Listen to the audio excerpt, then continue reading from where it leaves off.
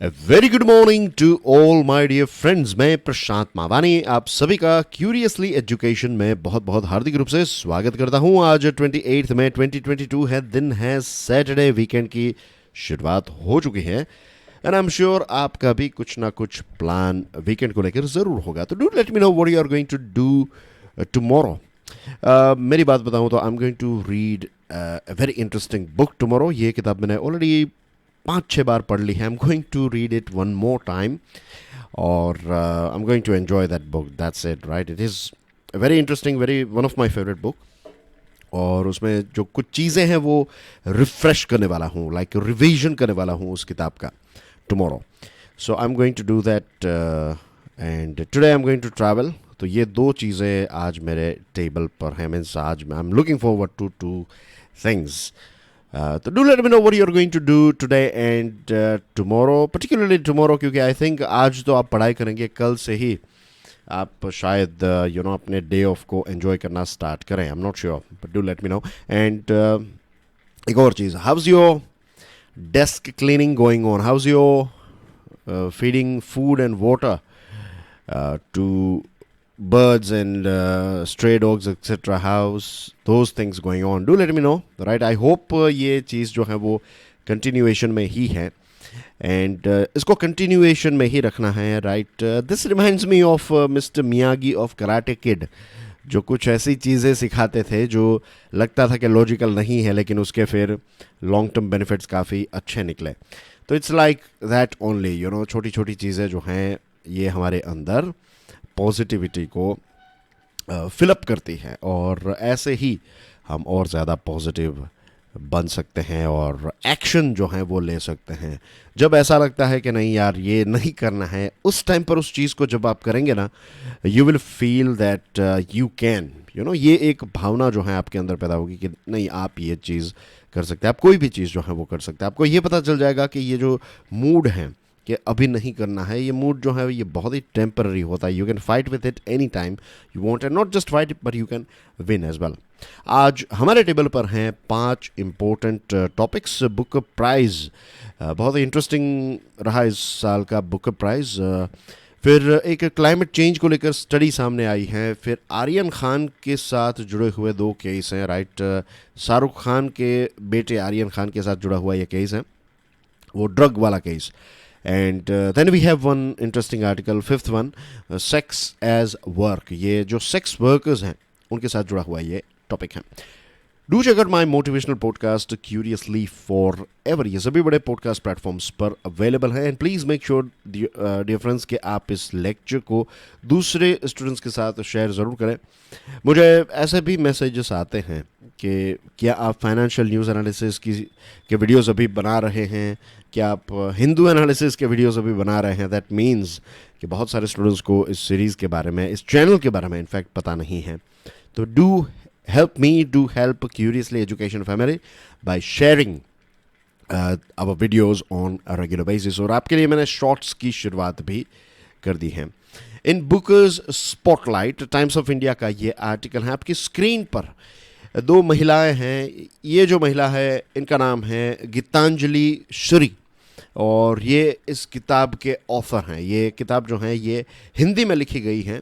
इसका नाम है टॉम्ब ऑफ सैंड। और ये जो महिला हैं इनका नाम है डेज़ी रॉकवेल और इन्होंने इस हिंदी किताब को इंग्लिश में ट्रांसलेट किया। और पता है क्या हुआ? इन दोनों महिलाओं की मेहनत ने रंग दिखाया और इंटरनेशनल बुक प्राइज़ इस किताब टॉम्ब ऑफ सैंड ने जीता है।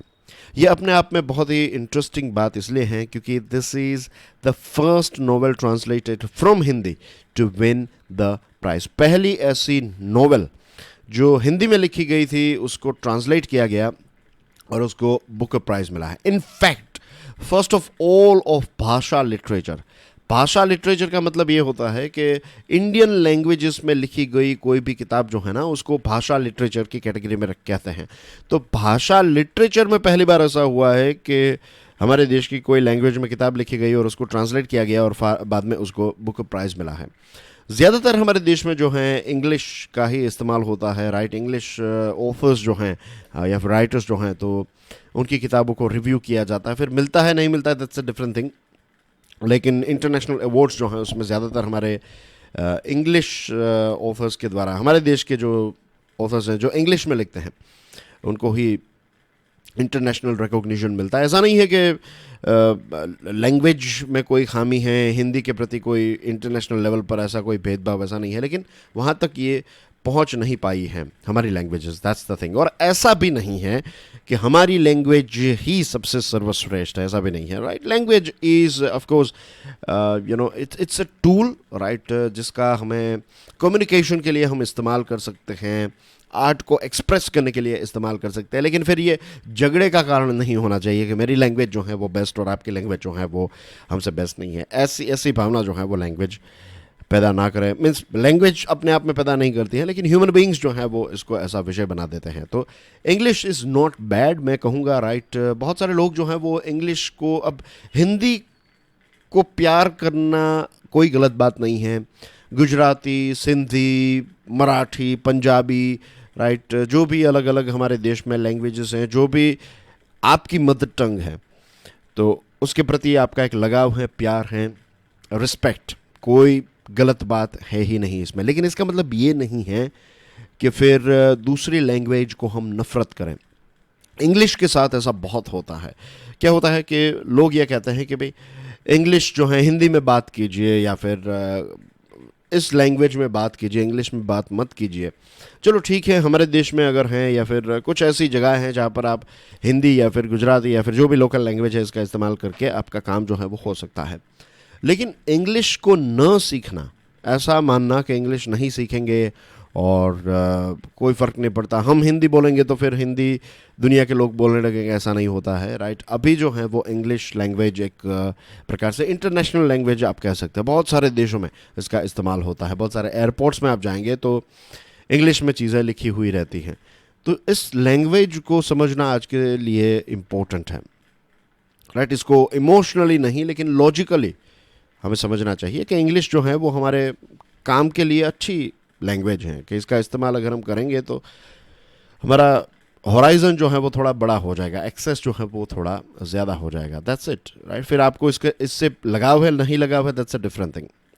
Anyway, as Rockwell and Shree have themselves told Times of India, ये दोनों महिलाओं ने टाइम्स ऑफ इंडिया को खुद बताया है कि जितने भी इंग्लिश पब्लिशिंग हाउसेस हैं ना, जो पब्लिकेशन हाउसेस हैं, वो आजकल क्या कर रहे हैं, वो ज़्यादा से ज़्यादा लैंग्वेजेस, जो दूसरी लैंग्वेजेस हैं, तो उन लैंग्वेजेस को भी अपने अपने अपने स्टेबल में, या फिर आप कह सकते हैं कि अपने अपने डोमेन में और ज़्यादा ऐड करना चाहते हैं। कि एक किताब जो है तो वो लेट्स से इंग्लिश में लिखी गई है, तो वो मराठी में, पंजाबी में, गुजराती में, हिंदी में ट्रांसलेट हो और उसके भी अलग अलग वर्जन्स निकाले जाए। तो ये कोशिश जो है वो जनरली लगभग सारे बड़े बड़े जो इंग्लिश पब्लिशिंग हाउसेस हैं उनकी है। दूसरी चीज़, जो लिटरेचर फेस्टिवल्स हैं ना, वो भी अपने आप को ज़्यादा से ज़्यादा मल्टीलिंगुअल बनाने की कोशिश करें। और ये दो पॉइंट्स जो हैं ये काफ़ी इंपॉर्टेंट इंटरेस्टिंग पॉइंट्स हैं, और ये दो पॉइंट्स जो हैं ये रॉकवेल और श्री दोनों ने बताया है। तो ये एक अच्छी दिशा में लिटरेचर और इसके साथ जुड़े हुए लोग और इंस्टीट्यूशंस और पब्लिकेशंस जो हैं वो जा रहे हैं। There is no such thing as untranslatability, ऐसी कोई भी चीज़ नहीं है कि आप चीज़ को ट्रांसलेट नहीं कर सकते, right. There is only lack of effort. और विटिंगस्टाइन ने कहा है, the limits of my language mean the limits of my world. अगर मेरी लैंग्वेज जो है उसकी लिमिट इन द सेंस कि अगर मुझे सिर्फ एक ही भाषा आती है, लेट्स से मैं अगर सिर्फ गुजराती ही पढ़ लिख सकता हूँ, तो अंग्रेज़ी, हिंदी, ये सारी चीज़ें जो हैं वो कभी भी मेरी दुनिया में एंटर नहीं हो पाएगी, क्योंकि मुझे उन सारी चीज़ों के बारे में पता ही नहीं है कि उसको, उस लैंग्वेज को कैसे बोला जाता है, पढ़ा जाता है, कैसे समझा जाता है। तो हमारी लिमिट है ये, राइट, लैंग्वेज की लिमिट नहीं है। I hope things are clear. Warming Pioneer का ये आर्टिकल है। एक स्टडी कंडक्ट की गई, राइट, हीट वेव के ऊपर, और 2010 से जो एक एवरेज टेम्परेचर हैं, अगर उसको हम कैलकुलेट करें, इसमें क्लाइमेट चेंज को अकाउंट नहीं किया गया है, क्लाइमेट चेंज को माइनस करके अगर आप एक एवरेज निकालें, तो जो हीट वेव्स है ना, एवरेज 2010 का जो एवरेज टेम्परेचर है, तो उस वाली हीट वेव हर 312 ईयर्स में एक बार हमें देखने को मिलेगी, तो लगेगा कि it's not a big deal कि थोड़ा ज़्यादा टेम्परेचर वाली हीट वेव्स अगर 300 सालों में एक बार एवरेज हमें देखने को मिलती है तो इट्स इजी, इट्स कोई फ़र्क नहीं पड़ता। लेकिन जब आप क्लाइमेट चेंज को इसमें ऐड करते हैं तो पता चलता है कि इसकी प्रोबेबिलिटी काफ़ी ज़्यादा बढ़ जाती है। 3 साल में 3.1 ईयर्स में एक बार सीवियर हीट वेव आ सकती हैं और by the end of century 2100 तक पहुंचते पहुंचते ये 1.15 ईयर्स, यानी कि हर साल आप पकड़ लीजिए हीट वेव्स जो हैं it's going to be mostly we will face heat wave. हर साल सीवियर हीट वेव हमें फेस करनी पड़ेगी। एक्सट्रीम वेदर इवेंट्स जो हैं क्लाइमेट चेंज की वजह से आजकल हमें देखने को मिले हैं और उसका एक एग्जांपल है हीट वेव। हीट वेव की वजह से क्या होता है, पानी और ज़्यादा गर्म होता है, हवाएं जो हैं वो और ज़्यादा गर्म होती है। जब हवाएं और ज़्यादा गर्म होती है तो एक्सपांड होती है, उसकी वाटर कैरिंग कैपेसिटी बढ़ जाती है। फिर बारिश भी उस प्रकार से होती है कि एक जगह पर एक ही दिन में 2 दिन के अंदर 1 महीने की 2 महीने की बारिश हो जाती है। फिर वहाँ पर बाढ़ आती है, बाढ़ जब चली जाती है तो फिर उसके बाद मच्छर और दूसरे ऐसे वेक्टर का इश्यू होता है, तो दूसरे डिजीज़ फैलते हैं, और ज़्यादा खर्च होता है, और ज़्यादा लोगों की जान जाती है।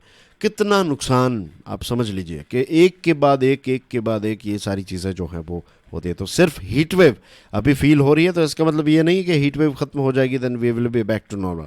इसकी जो दूसरी इम्पैक्ट है जो हमें पता नहीं चलती, देखने को नहीं मिलती, उन चीज़ों को भी हमें कैलकुलेट करना ही पड़ेगा।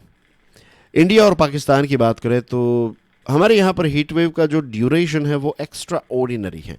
मार्च से ही एक्सट्रीमली हाई टेम्परेचर की शुरुआत हो जाती है और ये एक बहुत बड़ा चिंता का विषय है। आईआईटी दिल्ली के रिसर्चर्स ने एक स्टडी कंडक्ट की। दिवाली के आसपास जो एनसीआर रीजन है वहाँ पर पॉल्यूशन काफ़ी बढ़ जाता है। तो जनरली लोग कहते हैं कि पटाखों की वजह से ये चीज़ होती है, लेकिन आईआईटी दिल्ली के रिसर्चर्स ने ये पाया है कि इसके पीछे मेन कल्प्रिट जो है that is stubble burning. Of course Diwali में जो पटाखे फोड़े जाते हैं तो उसकी वजह से पॉल्यूशन अप जाता है, लेकिन इसकी इम्पैक्ट जो है वो कुछ 12-13 घंटों के लिए है, उसके बाद ये चीज़ें सेटल हो जाती है। लेकिन दिवाली से पहले और दिवाली के बाद के दिनों के अंदर या फिर ये पूरा जो फेज़ है उसमें स्टबल बर्निंग होता है, तो इसकी वजह से एयर की क्वालिटी काफ़ी ज़्यादा ख़राब हो जाती है। जो क्रैकर्स हैं, फायर क्रैकर्स, तो उनकी वजह से जो मेटल कंटेंट हैं PM 2.5 लेवल जो हैं, तो इसमें मेटल कंटेंट 1100% इंक्रीज़ हो जाता है। तो ये एक नेगेटिव चीज़ डेफिनेटली है पटाखों के बारे में। इसका मतलब ये नहीं है कि हमें पटाखे फोड़ने ही चाहिए। एक और प्रश्न उठता है ना कि Diwali is festival of light not festival of sound, but again फिर इसके बारे में कंट्रोवर्सीज काफ़ी हर साल होती है। बट स्टबल बर्निंग और इन सारी चीज़ों को तो रोका जा सकता है। और स्टबल बर्निंग ऐसा नहीं है कि सिर्फ दिल्ली एनसीआर रीजन में ही लोगों को परेशान, पूरा जो इंडो गैंजेटिक बेल्ट है ना, बे ऑफ बंगाल तक इसकी ये दिल्ली तो सिर्फ यहाँ पर है, ये पूरे क्षेत्र में ये स्टबल बर्निंग की वजह से पॉल्यूशन का लेवल जो है वो काफ़ी इंक्रीज होता है। Hounding of Aryan Khan, Indian Express का ये आर्टिकल है। The dropping of all charges against Aryan Khan and 5 others who were arrested by the Narcotics Control Bureau NCB, right, किसकी एजेंसी है? नेशनल लेवल की एजेंसी है ये, और सेंट्रल इन्वेस्टिगेशन एजेंसी के लिए एक शर्म की बात है, राइट, कि आप किसी पर रेड डालते हैं और आपके हाथ में कुछ नहीं लगता है। ऐसा नहीं है कि आपके हाथ में कुछ लगना ही चाहिए, लेकिन एक इंटरेस्टिंग किताब है, उसका नाम मुझे अभी याद नहीं आ रहा है। I will let you know the name of that book as well. लेकिन उस किताब में एक बहुत ही इंटरेस्टिंग चीज़ मुझे देखने को मिली कि पूरी रेड्स जो हैं वो कैसे कंडक्ट होती है। नेशनल मीन्स ये IT रेड्स जो कंडक्ट की जाती है, और मोर लाइकली आप दूसरी रेड्स देखेंगे इट्स मोर लाइकली सेम। तो उसमें एक सरप्राइज एलिमेंट होता है और कमिश्नर लेवल तक एक क्लियरेंस मिलता है। एविडेंस चाहिए, आपको पता होना चाहिए कि नहीं ये स्ट्राइक करेंगे तो आपको कुछ ना कुछ मिलेगा ही, क्योंकि अगर कुछ नहीं मिलेगा तो फिर आपकी ही बदनामी होगी, बहुत सारा प्रेशर क्रिएट होगा एंड थिंग्स लाइक दैट। तो यहाँ पर आर्यन खान ऐसे, इसलिए हम बात नहीं कर रहे हैं कि शाहरुख खान जो हैं वो बहुत अच्छे एक्टर हैं, सिर्फ हमारे देश में नहीं दुनिया भर में वो फेमस हैं और सेलिब्रिटी हैं तो इसके लिए, या फिर सेलिब्रिटी के बेटे हैं इसलिए उनकी बात नहीं हो रही है। यहाँ पर समझने की बात यह है कि अगर आर्यन खान इतने फेमस व्यक्ति के बेटे हैं, राइट, जो प्राइम मिनिस्टर को पर्सनली जानते हैं, प्राइम मिनिस्टर शाहरुख खान को जानते हैं, और ऐसे व्यक्ति जो हैं उनके बेटे के साथ इस प्रकार का व्यवहार हो सकता है, तो जस्ट इमेजिन मेरे और आपके साथ क्या नहीं हो सकता। The dropping of all charges, अब उनके ऊपर जितने भी चार्जेस थे और उनके साथ दूसरे जो 5 लोग थे उनके ऊपर जितने भी चार्जेस थे वो ड्रॉप किए गए हैं बाय एनसीबी। और समीर वानखेड़े नाम के जो व्यक्ति, जो एनसीबी के लोकल हेड थे, तो उस टाइम पर ये व्यक्ति सेलिब्रिटी हंट पर था कि एक के बाद एक सेलिब्रिटीज़ को अपने रडार में ले रहा था और उनके ऊपर इस प्रकार का केस करना या फिर रेड्स कंडक्ट करना, all this things. At the time, no drugs were found on him and no test was conducted to ascertain if he or any of the others had used any narcotic substances. बस जब आर्यन खान को पकड़ा गया तो उसके ऊपर एक तो उसके पास से कोई ड्रग नहीं मिला, दूसरी चीज़ कि कोई टेस्ट कंडक्ट नहीं करवाई, और फिर उसको जेल में रखा गया, राइट, जेल में रखा गया लगभग 1 महीने के लिए। और उसकी व्हाट्सएप चैट्स जो हैं इसके आधार पर यह तय किया गया कि ये सिर्फ नार्कोटिक सब्सटेंस को कंज्यूम नहीं, लेकिन ये इन सारी चीज़ों को ट्रैफिकिंग यानी कि इसको बेच रहा है और पैसे कमा रहा है, थिंग्स लाइक दैट, ये सारे इल्ज़ाम जो हैं वो उसके ऊपर लगाए गए। अब एनसीबी का कहना यह इंडिकेशन दिया है कि वानखेड़े जो हैं उसको सज़ा मिलेगी, उसको पनिश किया जाएगा, लेकिन ये जो 6 यंग एडल्ट्स हैं उनको कौन कॉम्पनसेट करेगा? उनके पेरेंट्स को भी, मीन्स वी नो के शाहरुख खान के खिलाफ कितने सारे मीम्स बने और क्या क्या चीज़ें, मीन्स के उनके बेटे को विमल खिलानी चाहिए थी तो कभी भी ये ड्रग्स नहीं खाता, कितनी सारी चीज़ें जो हैं वो सारी चीज़ें सामने आई। जस्ट इमेजिन कि अगर ये सारी चीज़ें लीक नहीं की गई होती, राइट, या फिर एक टेस्ट किया गया होता उसका और फिर पता चलता कि कुछ नहीं है, तो उस टाइम पर उसको बस जाने देते तो इतना बड़ा रेपुटेशन पर डैमेज नहीं होता। और कई बार ये भी नज़र आता है कि सेंट्रल एजेंसीज़ जो हैं या फिर स्टेट लेवल की एजेंसीज़ जो हैं, तो सत्ता में जो पार्टी हैं वो कई बार पर्सनल ऐसे दुश्मनी निकालने के लिए, या फिर अगर आपने कुछ ऐसा कह दिया जो पॉलिटिकल पार्टीज़ को पसंद नहीं है तो आपको सबक सिखाने के लिए भी इस प्रकार की चीज़ों का इस्तेमाल किया जाता है, ऐसा भी हमें लगता है।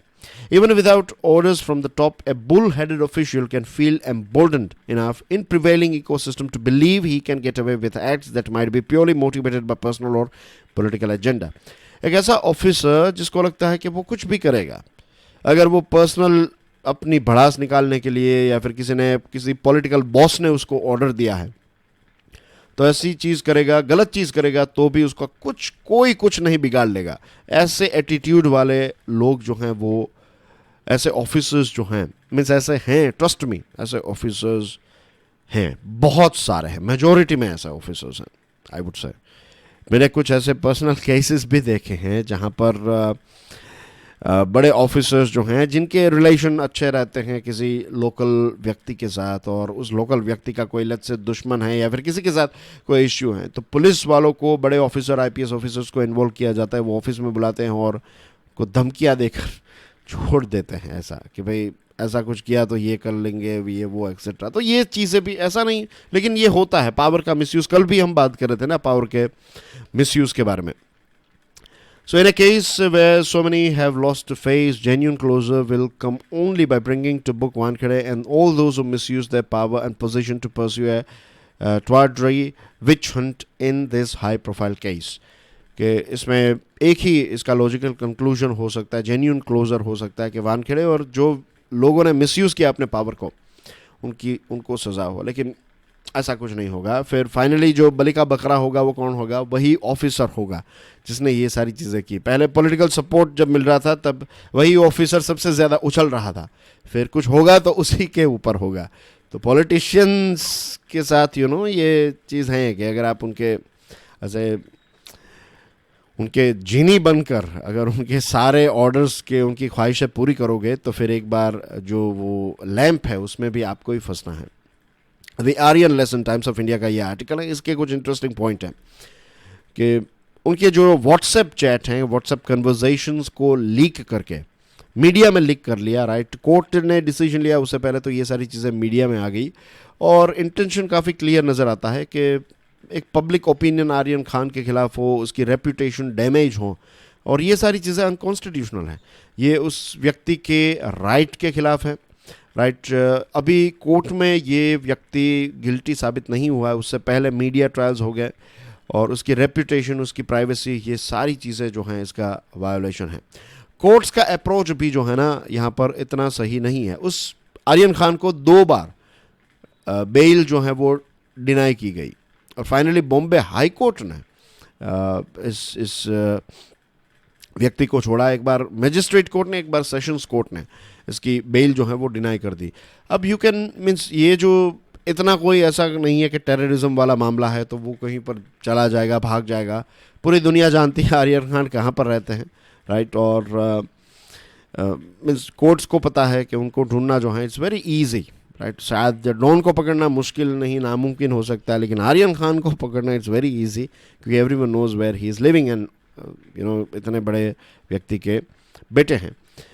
तो उनको जेल में रखने का कोई मीन्स ऐसा फ़ायदा नहीं, फाइनली उनको छोड़ना पड़ा, कोई एविडेंस नहीं मिले। तो this are the things that are going on, this is how system is working, right. और यहाँ पर कोर्ट्स ने भी ऐसा किया। फाइनली बॉम्बे हाई कोर्ट ने उनको छोड़ दिया, लेकिन अब देखिए सेशंस कोर्ट्स और मजिस्ट्रेट कोर्ट ने कोई एविडेंस नहीं थे, राइट, कोई टेस्ट कंडक्ट नहीं हुई और फिर भी इस व्यक्ति को जेल में रखा गया। तो ऐसा किसी के साथ भी नहीं होना चाहिए, आर्यन खान के साथ ही नहीं लेकिन किसी के साथ। जस्ट इमेजिन के अगर मैं और आप होते और अगर सरकार ने ठान ली होती या फिर ऐसे कुछ ऑफिसर्स ने ठान लिया होता तो वो कितना ज़्यादा ट्रबल जो है वो क्रिएट कर सकते हैं। मीन्स बॉम्बे हाई कोर्ट में जाना, वहाँ की फ़ीस पे करना, वकीलों की फ़ीस, ये आई बिलीव करोड़ों का खर्चा तो डेफिनेटली हुआ ही होगा शाहरुख खान को। लेकिन not everyone in our country is Shahrukh Khan. हर कोई 1 करोड़ रुपए जो हैं वैसे छोटे से केस के लिए खर्च नहीं कर सकता, इज़न्ट इट। तो बहुत सारे प्रश्न उठते हैं, क्या न्याय जो हैं वो अवेलेबल है, क्या जेन्युइनली अवेलेबल है? क्या अगर आपके पास पैसे नहीं है तो आपको इतना फटाफट न्याय मिलेगा? I don't think so. Sex as work, the Hindu का ये आर्टिकल है।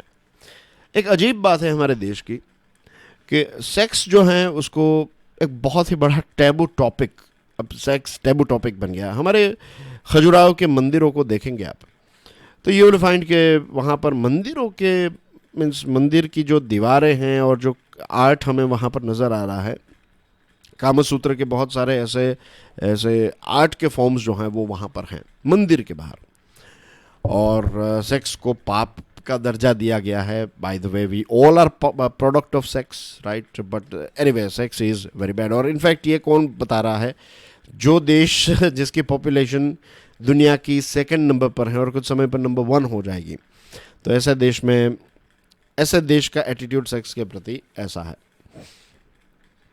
अब that's one thing. Now second thing is कि जो सेक्स वर्कर्स हैं, अभी वो गंगूबाई काठियावाड़ी एक फिल्म आई है, मैंने देखी नहीं है, ट्रेलर्स देखे हैं, कुछ गाने सुने हैं, वो फिल्म देखना बाकी है। So I don't know the story. मुझे थोड़ी बहुत पता है कि कैसे वो ऐसी कहानी रही होगी, बट द थिंग इज़ कि जो सेक्स वर्कर्स हैं ना उनको हमेशा से मीन्स उनको वो इज़्ज़त नहीं मिलती है सेक्स। और प्रॉब्लम ऐसा नहीं है सेक्स वर्कर का, प्रॉब्लम यह है कि जो एक इंसान, देखिए सेक्स वर्कर जो हैं वो तो सेक्स वर्कर हैं, पूरी दुनिया को पता है कि ये व्यक्ति जो हैं ये सेक्स वर्कर सेक्स को बेचकर पैसे कमा रही है, ये पूरी दुनिया को पता है। लेकिन व्हेन आई से पूरी दुनिया, आई मीन टू से कि उस एरिया के या फिर उस शहर के लोगों को पता है।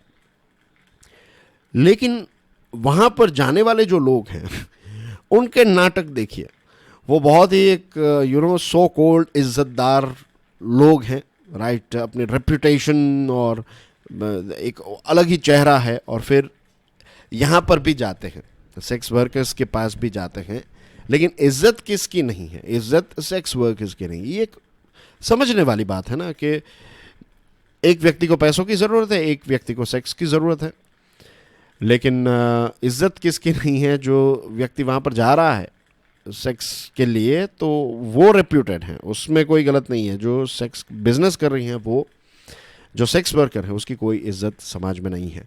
और पुलिस वाले भी मीन्स, मैं बताऊं, मेरे कुछ दोस्त हैं पुलिस वाले, तो वो मुझे बता रहे थे कि एटलीस्ट गुजरात पुलिस नहीं तो let's say Rajkot police, Ahmedabad police की बात करें तो एक कल्चर है कि वो सेक्स वर्कर्स के पैसे कभी नहीं लेते, जेन्यूनली, राइट? कि वो सेक्स वर्कर्स जो होते हैं ना, उनके पैसे नहीं लेते, उनके पेट पर लात नहीं मारते।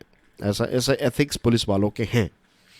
एंड अच्छा है कि चलो पुलिस वाले ऐसा कर रहे हैं, that's a very good thing, right? कि शराब पीते हुए पकड़े जाएंगे तो फिर केस होगा, लेकिन सेक्स वर्कर्स के खिलाफ कभी केस नहीं करते पुलिस वाले, बिकॉज दे नो कि उनकी क्या मजबूरियां होती हैं और क्यों ऐसा काम उनको करना पड़ रहा है, एंड थिंग्स लाइक दैट।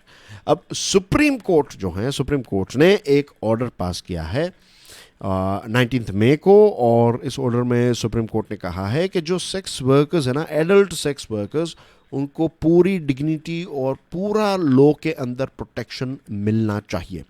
और सुप्रीम कोर्ट ने बहुत ही अच्छा स्टेप यहाँ पर उठाया है। बहुत सारी जगहों पर, बहुत सारे शहरों में ऐसा होता होगा कि पुलिस वाले जो हैं वो सेक्स वर्कर्स को उतनी इज्जत नहीं देते, उनके साथ मारपीट भी होती हैं, गालियाँ भी दी जाती हैं, परेशान भी किया जाता है, और कटिंग भी होती है। कटिंग इन द सेंस कि अगर 1000 रुपये कमाए तो उसमें से 50 रुपये, 25 रुपये जो भी हैं, तो ये भी आपको पे करने हैं, एक प्रकार की रिश्वत, अगर आपको बिजनेस करना है तो आर्टिकल 21 जो है, जो ये कहता है कि हर किसी को राइट टू डिग्निफाइड लाइफ है, तो ये सेक्स वर्कर्स पर भी एप्लीकेबल हैं। और एक बुद्धदेव कर्मास्कर 2011 का केस है, तो इस केस में सुप्रीम कोर्ट ने जो कहा था, इसी चीज़ को रिटीरेट किया है, that sex workers are also entitled to a life of dignity. उनकी भी इज्जत है, उनको भी जीने का अधिकार है। एक trafficking of persons prevention, protection and rehabilitation bill है, और ये जो बिल है ये अभी पास नहीं हुआ है, it is yet to see the light of the day. लेकिन कोर्ट ने आर्टिकल 142, जिसमें एक स्पेशल पावर है कॉन्स्टिट्यूशन का, जो आर्टिकल 142 है ना, ये कोर्ट को, सुप्रीम कोर्ट को एक एक्स्ट्रा पावर देता है कि अगर सुप्रीम कोर्ट को लगता है कि कोई चीज़ ऐसी है जो होनी चाहिए, राइट, तो उसके ऊपर गाइडलाइंस या फिर उसके ऊपर एक स्टैंड जो है वो सुप्रीम कोर्ट ले सकती है। तो यहाँ पर 142 का इस्तेमाल करते हुए कुछ गाइडलाइंस जो हैं वो इश्यू की हैं, और गाइडलाइंस में ये हैं कि पुलिस वाले जो हैं वो सेक्स वर्कर्स के प्रति एक सॉफ्ट एटीट्यूड दिखाया, राइट? ये ब्रूटल और वायलेंट एटीट्यूड एक्सेप्टेबल नहीं है, उनके अधिकारों को भी माने। और राज्य सरकारों को कहा है कि आप प्रोटेक्टिव होम्स का सर्वे कीजिए अंडर इमोरल, अभी के pardon, immoral, not immoral, immoral traffic prevention act. अब ये जो लेजिस्लेशन है ना, ITPA, तो ये सेक्स वर्क जो हमारे देश में है उसको गवर्न करने वाला एक लॉ है, और इसमें ऐसा है कि आप ब्रोथल्स, जिसको कोठा कहते हैं, तो ये नहीं चला सकते। You will be surprised to know, लेकिन सेक्स वर्कर जो है ना, वो इंडिविजुअली अगर सेक्स वर्क का काम करना चाहती हैं कोई महिला, तो वो चीज़ अलाउड है, तो वो इलीगल नहीं है। लेकिन ब्रोथल जो है, this is not allowed. Brothel चलाना यानी कि कोठा चलाना जो है, दिस इज़ नॉट अलाउड। फिर सोलिसिटिंग इन ए पब्लिक प्लेस, के जो यू नो लाइक इसको क्या कहते हैं, दलाली, के कोई ऐसा पब्लिक प्लेस में ये सारी चीज़ें हो रही, तो this is not allowed. Living of the earnings of A sex worker, के कोई सेक्स वर्कर जो हैं वो जो पैसे कमा रही है, मीन्स आप बीच में कोई एक व्यक्ति होता है, मिडल मैन, जो पैसे ले लेता है कस्टमर के पास और भेजता है, लेकिन होता ही ऐसा ही है, लेकिन स्टिल ये सारी चीज़ें अलाउड नहीं है। लिविंग विथ और habitually being in the company of one, किसी सेक्स वर्कर के साथ ही रह रहा है, और फिर क्लाइंट जो हैं वो सेक्स वर्कर्स के हैं, पैसे जो हैं वो ये व्यक्ति कमा रहा है, तो ये सारी चीज़ें इमोरल ट्रैफिक प्रिवेंशन एक्ट में अलाउड नहीं है। तो स्टेट गवर्नमेंट को ये आदेश दिया है सुप्रीम कोर्ट ने कि आप प्रोटेक्टिव होम्स को देखें, और देखें वहाँ पर कि एडल्ट महिलाएं जो हैं, तो अगर उनका ट्रैफिकिंग हुआ है तो उनको वहाँ से रिलीज़ कीजिए, राइट, उनको रिहेबिलिटेट कीजिए, उनको सारा प्रोटेक्शन दीजिए। और कोर्ट का ये जो ऑब्जर्वेशन है ये पुलिस के लिए, मीडिया के लिए, सोसाइटी के लिए, सेक्स वर्कर्स के लिए, सभी के लिए एक प्रकार का आई वेकनर है कि हम सबको अपनी जो एक दृष्टि है उसको सेंसिटाइज करने की ज़रूरत है और एक प्रॉपर लेजिस्लेशन लाने की ज़रूरत है ताकि जो सेक्स वर्कर्स हैं उनको भी अपने अधिकार और राइट्स मिले। और इनफैक्ट कोविड के टाइम पर उनके साथ ये हुआ था कि because of covid right, sex worker के पास कोई जा नहीं सकता, तो हुआ ये था कि उनके पास ना तो खाने पीने की कोई भी चीज़ अवेलेबल नहीं थी। और क्योंकि ये सेक्स वर्क का काम करते तो उनको कोई ऐसा सपोर्ट भी सरकार से नहीं मिल रहा था। तो ये सारी चीज़ें नहीं होनी चाहिए। अब ये चीज़ें अच्छी है गलत है, that's a different thing, but it is part of our society. ये सोसाइटी का पार्ट हैं। तो अभी जब तक ये पार्ट हैं तब तक एटलीस्ट जो महिलाएं हैं, और यहाँ पर किसको ऐसा वो होगा कि वो ऐसा काम करें, लेकिन कहीं ना कहीं उनकी मजबूरी रही होगी, कुछ भी जो भी उनकी लाइफ की स्टोरी है, लेकिन अभी वो अगर ये काम कर रहे हैं, सेक्स वर्क का काम कर रहे हैं, तो एटलीस्ट उनको एक डिग्निटी तो मिले। सो ये कोर्ट का स्टैंड अच्छा। आप देखते हैं कि इसका इम्प्लीमेंटेशन जो है वो कैसे होता है, क्योंकि एक दृष्टि ही एक बहुत ही गलत एंगल से सेक्स वर्कर्स को देखा जाता है। तो आई डोंट नो कि वेदर इसका प्रॉपर इम्प्लीमेंटेशन होगा या नहीं, not sure. The gunman slaughtered 19 children and 2 teachers in USA. तो किस यूएसए के राज्य में ये घटना हुई? Stick your answer in the comment section, and please don't forget to share this lecture with other students. I'll see you soon with financial news analysis, कुछ shorts videos भी आपके लिए आज आने वाले हैं। एंड अगर कोई ऐसा इंटरेस्टिंग टॉपिक मिला तो यस, उसके ऊपर भी वीडियोस में ज़रूर बनाऊंगा। व्हाट डू यू थिंक कि आप मुझे सजेशन दीजिए प्लीज़, कि मैं सोच रहा हूँ कि कुछ ऐसे टॉपिक्स जो हैं, जैसे कि लेट्स से आर्यन खान वाला टॉपिक आया, तो इस प्रकार के जो टॉपिक्स आते हैं ना, तो उनके ऊपर भी मैं सोच रहा हूँ कि अब आपके लिए वीडियोस बनाना स्टार्ट करूँ। राइट, जो मोस्ट इंपॉर्टेंट टॉपिक्स हैं, राइट, सारे के सारे टॉपिक्स नहीं, जो मुझे ऐसा लगेगा कि ये एग्जामिनेशन पॉइंट ऑफ व्यू के लिए या फिर ऐसे जनरल क्यूरियोसिटी के लिए आपको इसके बारे में पता होना चाहिए, तो I am going to make some videos. लेकिन आपके सजेशंस अगर हैं then I will go ahead with it.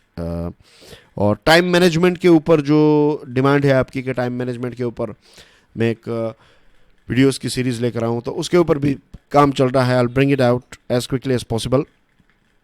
और इसके अलावा जो एक सीरीज़ हमने स्टार्ट की है, तो उसमें भी थोड़ा एक गैप आ चुका है, तो उसमें भी वो जो सेल्फ डेवलपमेंट की सीरीज़ हैं, गोल्स से हमने शुरुआत की थी, तो उसमें भी बहुत सारी चीज़ें अभी बाकी हैं। तो सेल्फ डेवलपमेंट का काम जो है वो चलता ही रहेगा, it's a continuous task. But yes, ये सारी चीज़ें पाइपलाइन में हैं, तो कहना इजी है, करना थोड़ा डिफिकल्ट रहता है, but I am trying my level best to deliver as much as I can to you guys, ताकि आपका एक होलिस्टिक डेवलपमेंट होता रहे। And that's everything from my side. I will see you soon, till then enjoy your studies, God bless you all, जय हिंद।